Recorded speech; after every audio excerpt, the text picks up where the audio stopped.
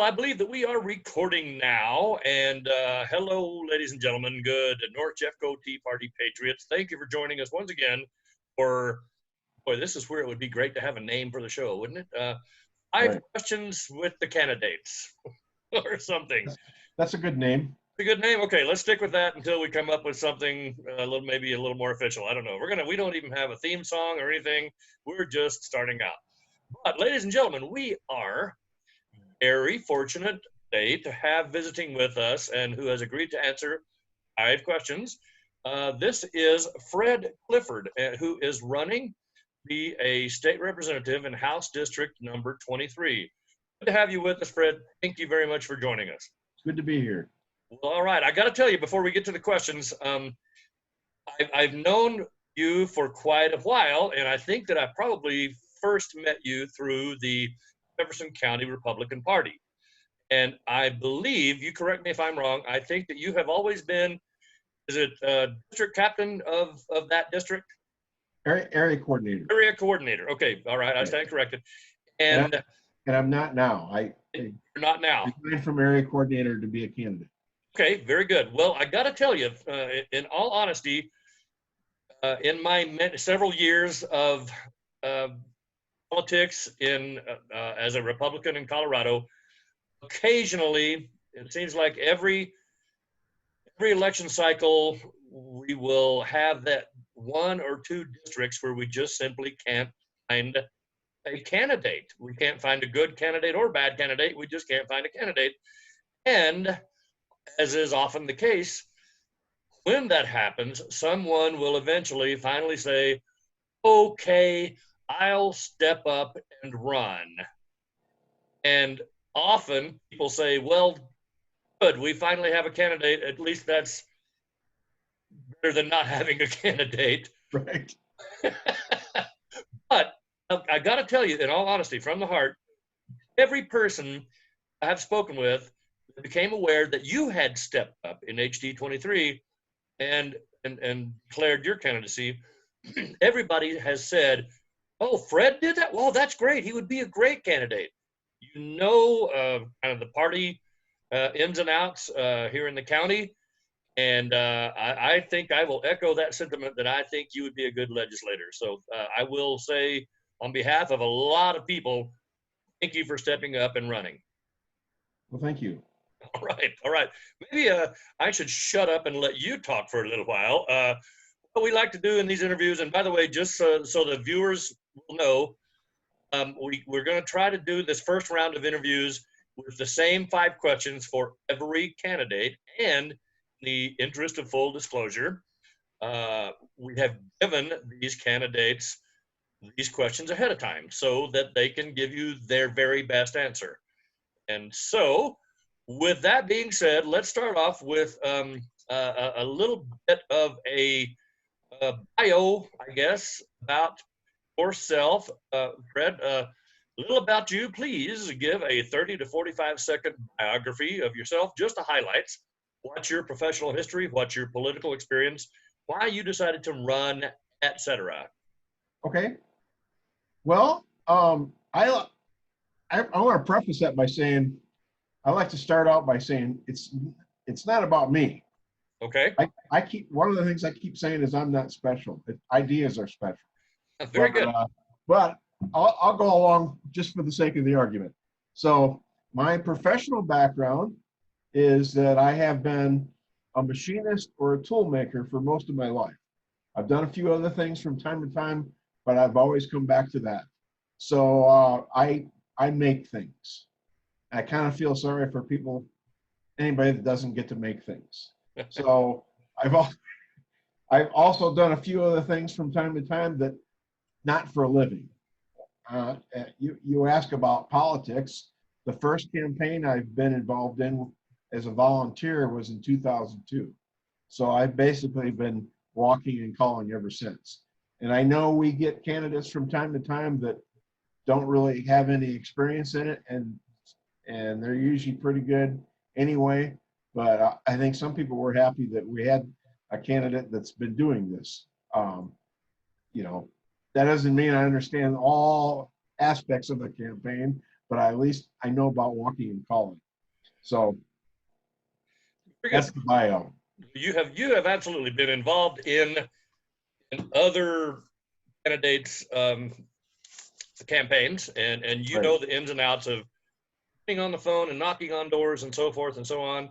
And like you and I have spoken earlier about, we're kind of in the middle of a pandemic here, a quarantine, a stay-at-home order, whatever you want to call it. So it's a little different dynamic now. So that's why we need to do videos like this so that we can get the message out about where you stand on certain issues and so forth. And hopefully, I'll tell you what, you have been to several of our Tea Party meetings, and you've probably heard me say a million times, we have a policy of non-endorsement of the candidates. And what we do instead, we don't endorse or oppose. What we do instead is this very thing right here. We will interview the candidates. We call it a job interview or applying for the job. And that being said, I don't speak on behalf of everybody who is a member of North Jeffco Tea Party, but I will tell you on behalf of just myself, Jimmy Mack, I would love to see you get elected. I think you would be a great legislator. You would be a great candidate. And with that in mind, let's move to question number one. Are you ready? Sure. Okay, question number one is, in as brief an answer as possible, what, in your opinion, is the proper role of government? Well, first and foremost, the proper role of government is to secure the rights of the people. That's what it says in the Declaration of Independence. Having listed it as examples, the rights of life, liberty, and the pursuit of happiness, then it says to secure these rights, governments are instituted among men.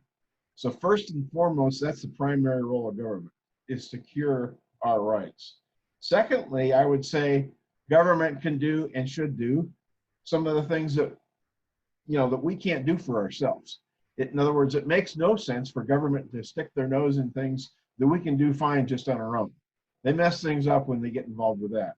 But there are other things that, let's say I wanted to go to your house, and if I was going to clear the land and build a road from my house to your house, I could do that, but it wouldn't be very practical. So let's just have government build roads that we can all drive on. That way we don't have to build them ourselves. So, I mean, that's just an example. But first and foremost is to secure our rights. I like that. That's a very good answer. And there were 2 or 3 parts of that I particularly liked, not the least of which is that there's a lot of things that we can do better for ourselves than the government can. So good answer. I say that's a very, very good answer. Let's move on to question number 2, if you would please, which is, what is your opinion of Donald Trump? What do you agree with or disagree with? And do you support his re-election? Well, first of all, let me say I absolutely support his re-election. For one reason, not the only reason, but look who he's running against. There's not really a good choice there. So he's running against a socialist who's basically an empty suit. Yes. I mean, when you look at Joe Biden, there's just not really much there. So I would say Joe Biden does not exhibit any leadership ability whatsoever. Donald Trump, if nothing else, is an effective leader in spite of an all-out resistance. So he gets things done even though people try to stand in his way every step of the way. Not only he's a leader, but he believes in freedom, he believes in civil liberties, and he believes in the American people. Is there anything I don't like about him? Well, sure, maybe. I don't think he has the most appealing personality I've ever run across, but so what? I'd rather have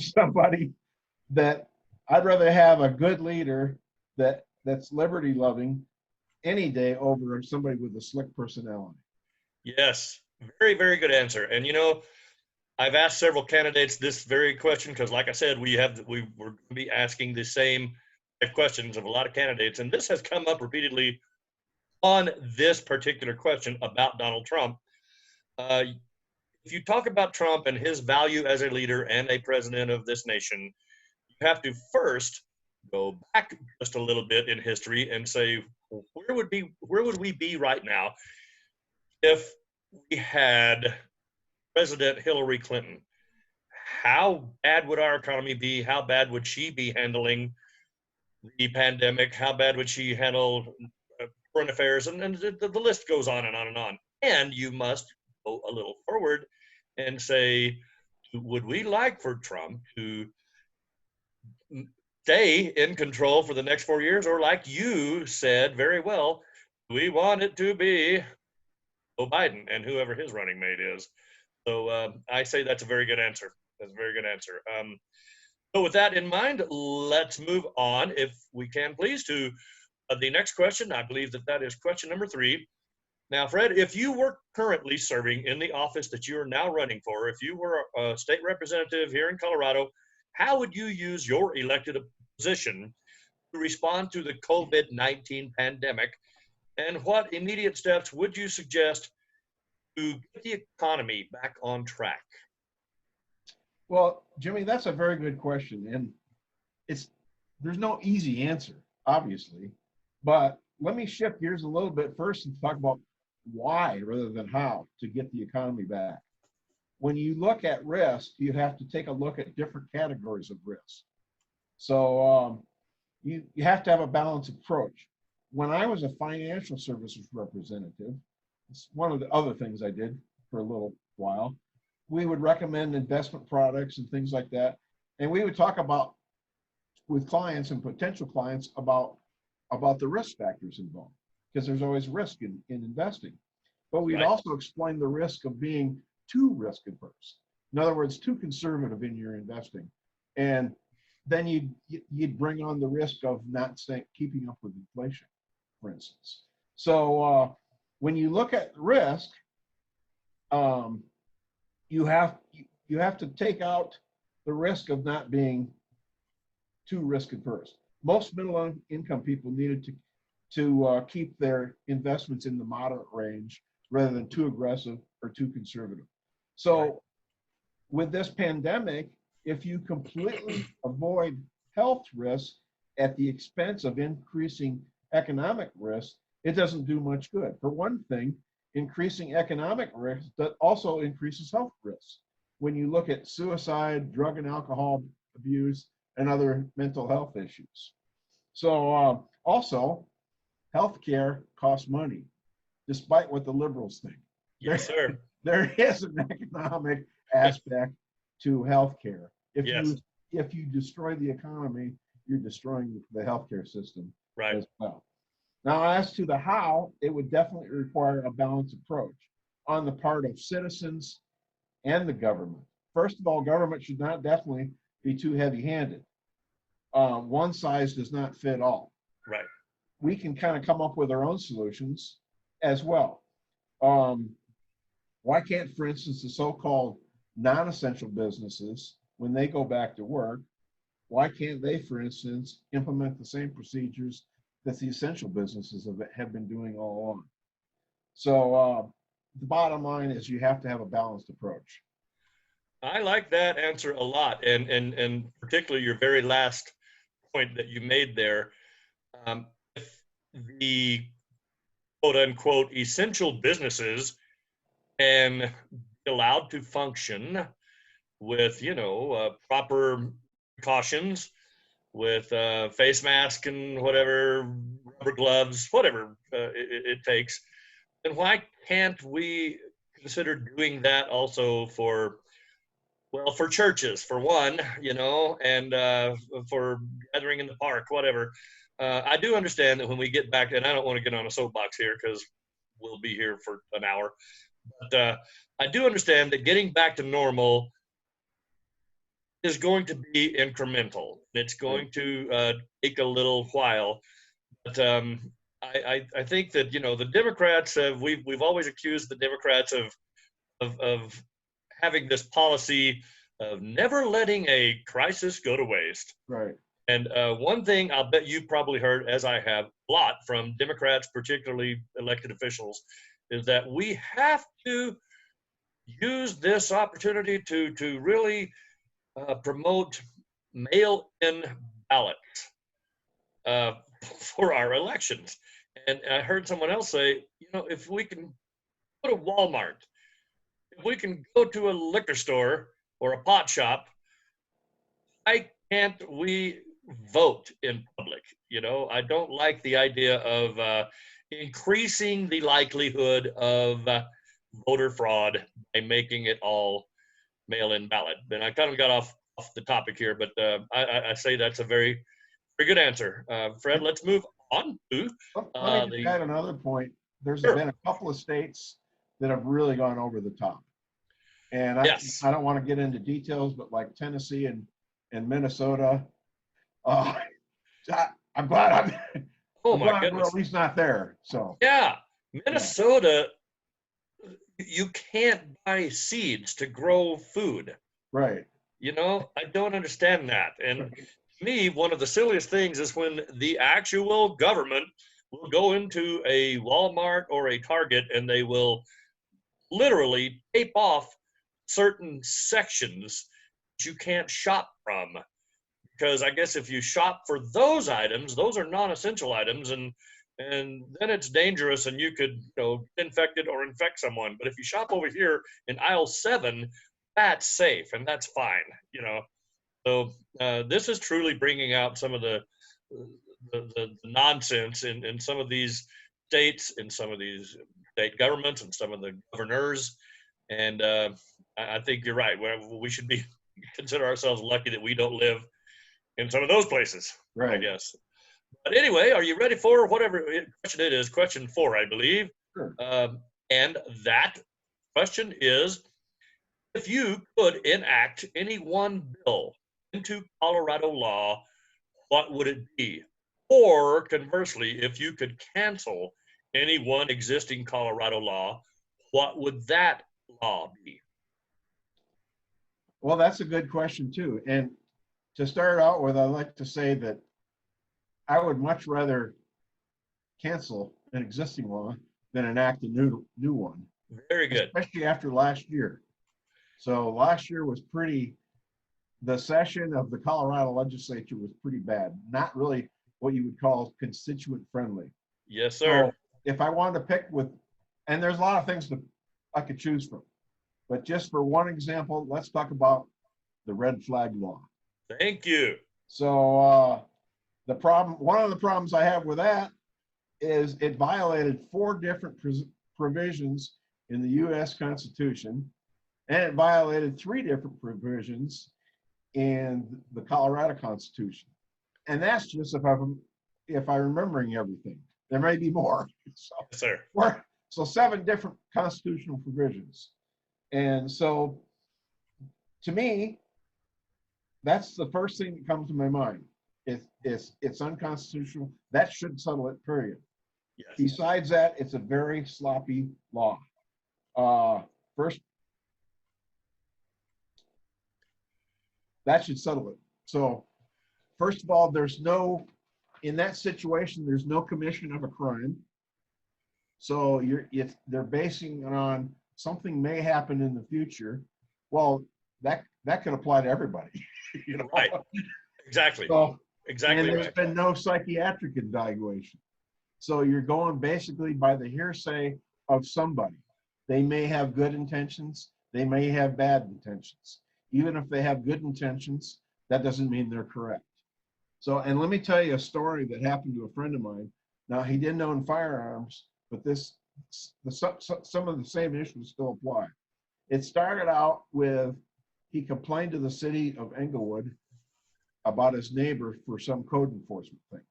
Well, then the neighbor gets upset. So there's a little feud going on. The neighbors are not getting along. Then one day, it was Thanksgiving Day. I don't remember what year it was. I think it was about 15 years ago. The police knocked on his door and they arrested him, and they took him to Pueblo to a psychiatric ward for evaluation. They held him there for about 2 days. Then they released him. There wasn't anything wrong with him. But the point is, he hadn't committed any crimes. It was just a hearsay of a neighbor that didn't like him. And they arrested him. They hauled it off and put him in a psychiatric institute. So the same principle applies. It all started with hearsay. And all it took was a statement from his neighbor. Right. And see, that is an interesting story to bring up as an example for the red flag law, because you said in this story, there was no firearm. Right.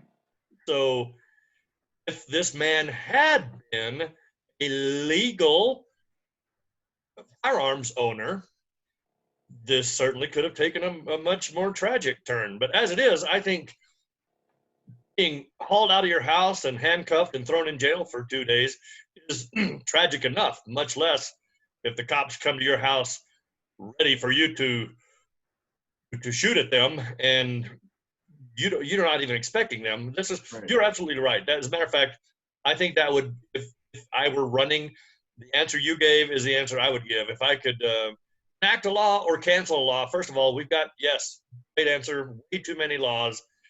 And secondly, the red flag law would be at the top of my list. Right. Get it There's out not of there. time to go into a bunch of them, but that's a good example to start with. Yes, sir. Very good. Very good answer. All right, man. I think you're batting 1,000 here. Let's let's move to, I think this may be question number 5. And let's see. Name a current or previous elected official whose political beliefs are most similar to your own. Well, that's a good question too, and I'm I think of a lot of them. So I was having trouble pinpointing one person. So but I did think of a few examples. And first of all, at the national level, um, I like U.S. Senator Mike Lee. Oh. He wrote a book called Our Lost Constitution. And it basically acknowledges, hey, that we are not following the Constitution anymore. So I like Senator Mike Lee. I like Rand Paul. Yes. I got thinking about this, and I checked to see if he'd written books. He'd written several books, but I haven't read any of them, but I think Okay. I will. Right. I've read a book by Ted Cruz. From that, I see he gets it.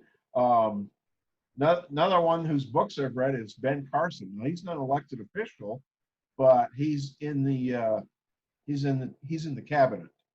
He is in the cabinet. Right, and he did run for president. So I really enjoyed reading his books, and like I said, he gets it.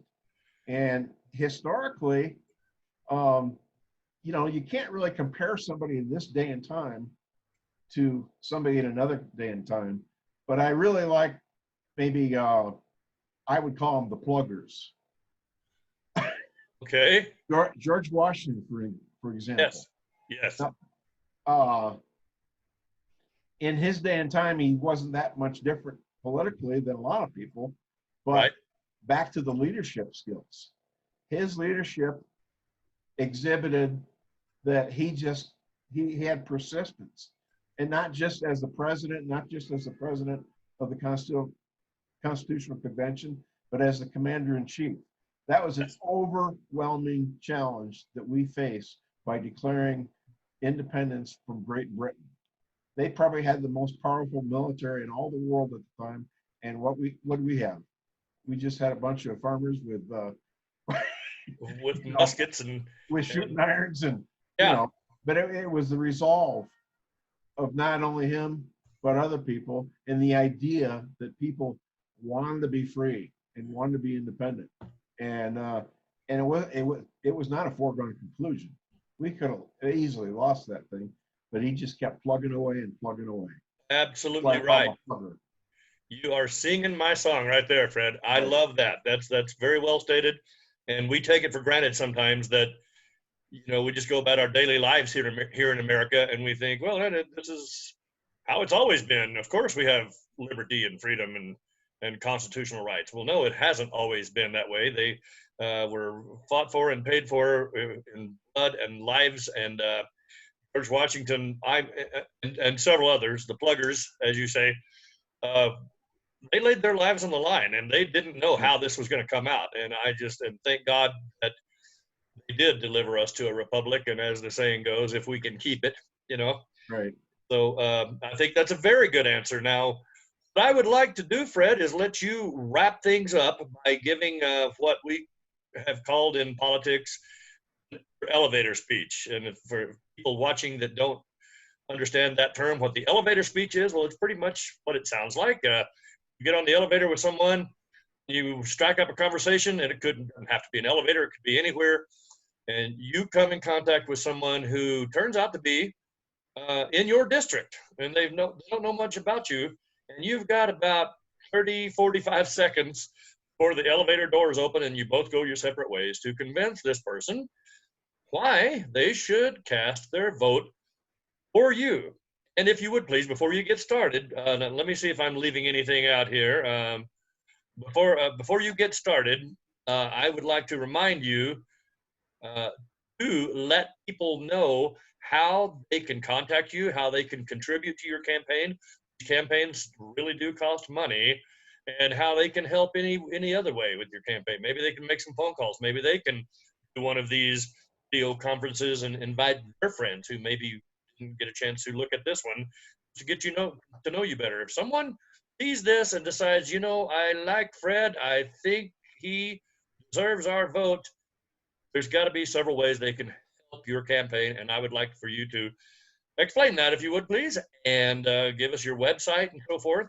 So if you want to, take 30, 45 seconds to give your elevator speech, and then tell the voters how they can help with your campaign.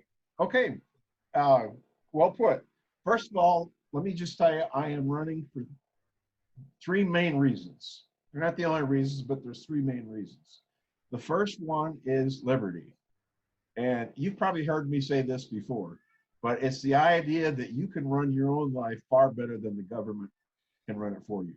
So there's really no comparison. Yes. The second reason is, I think I have a strong aversion to special interest favoritism. We all have different interests, and our interests need to be, listened to, and our concerns need to be listened to. I've also used to say that I can never disagree with somebody's concern. Maybe their conclusions, but not their concern. So special interest favoritism, the government does not pick the winners and the losers. Thirdly, I would say, and this sounds weird to some people, but I'm not special. And the point is, it's not about me. What is special are ideas. Ideas are special. The idea that I quoted in the Declaration of Independence, for instance, that's special. So it's not about me. I'm here to listen. I appreciate the ideas that have brought us to this point, and that's what it's about. It's not about me. And then I do need help. So phasing into that part of it, I need 3 things. And number 1 is prayers. And the first way to pray is like the Bible says, we pray that we can lead a quiet and peaceful life. Because when it's talking about praying for people in authority, that's what it says. Pray for a quiet, peaceful life. Second thing is to pray for me. It takes effort and stamina to do this campaign. Pray for me that I maintain my stamina. Stamina, did I say that right? I think that's a version of it, yes. Stamina. Yes, yes. Stamina. All right. That's the first time I've screwed up that part. But anyway, pray for my stamina and my focus, staying on message. Second thing is what I call shoe leather. And by shoe leather, I don't mean just walking, but I mean that to represent all forms of volunteer. We're going to start walking in maybe about a week and a half. And we're not going to wait till the stay-at-home order is lifted. We are going to do just let drop to start with. Haven't really started a calling program yet, but that's coming too. So, like I said, the second thing is volunteering. The third thing, it obviously takes dollars. So the reason why we're not starting our walking program for another week and a half is we had to print some literature. So it costs money to print literature. When we pass that all out, we got to get more. And I'd like to give my website. It is fredclifford.com. So in the website, Fred Clifford, there's a volunteer button. There is a donate button. There's information on how to mail in a donation. There's information on how to sign up for volunteering. And if somebody does not want to go to the website, they can make a donation to Fred for Colorado, mailed to Fred for Colorado at Post Office Box 260978, Lakewood, Colorado 80226. So that's how they can help. Excellent. So your website is fredclifford.com. fredclifford.com. Very good. That's going to be nice and easy to remember. A lot of people, when they start to register a domain or a website, they find out that their name is surprisingly already taken. So they have to get creative and say, Fred's your guy at forcolorado.com or something. But we also have a Facebook page. I didn't name this, somebody else did that, but it's Fred Clifford for Colorado. I like it. I like it. The name of the committee is Fred for Colorado, though. Okay. So, all right. checks payable to Fred for Colorado. Very good. All right. Well, listen, do you want to take 60 seconds to do a lightning round? Sure. Yeah. I don't know what to expect here, but that's okay. Now, so the people at home will know, lightning round is a question of either or. Because this candidate's personal preferences, and they have not seen these questions before. This is just kind of a way for the candidates, the constituents to get to know the candidates just a little better. It's 100% all for fun. There are no points or prizes. So here we go. We're going to try to get this in about a minute. So what is your preference in sports, baseball or football? Football. Football. Okay, if you had to eat one thing for every day for a month, cheeseburger or pizza? Ooh, that's tough. I'd say pizza. Pizza, good answer. Okay. And if you could have your choice between a real tricked out Corvette or a real tricked out Range Rover, which vehicle would it be? Corvette. Corvette. Okay. Even in the snow and the ice in Colorado, you're going for image. Okay. Very good. Let's see. Music, classic rock or classic country? Classic country. Okay. All right. The judges will accept that. Let's see. Wheel of Fortune or Jeopardy? Oh, probably Wheel of Fortune. It's a little bit, wait a minute. Probably more Jeopardy. More Jeopardy. It's a little bit more cerebral than Wheel of Fortune. Okay. All right. Okay. The judges will accept that. I think I know this answer because I may have heard the answer earlier. Cats, dogs? Cats. Cats. I have two. But I heard a cat. Okay, very good. Yeah, and finally, this is very important. This is a question that I'm surprised more candidates aren't asked. Bugs Bunny or the Roadrunner? Bugs Bunny. Good answer. I like them both. Very good. You know, I'm checking with our panel of judges. I think you scored 100% on the lightning round, Fred. So okay. Good work. Good job. Listen, thank you very much, seriously, for taking time out of your day to allow some of your constituents and the voters in your district to get to know a little more about you. And I promise you and those good voters, if there is an issue we didn't discuss today that we want to get to later, we will have plenty of time to do this again between now and the election. But one more time, the website is fredclifford.com. That's right.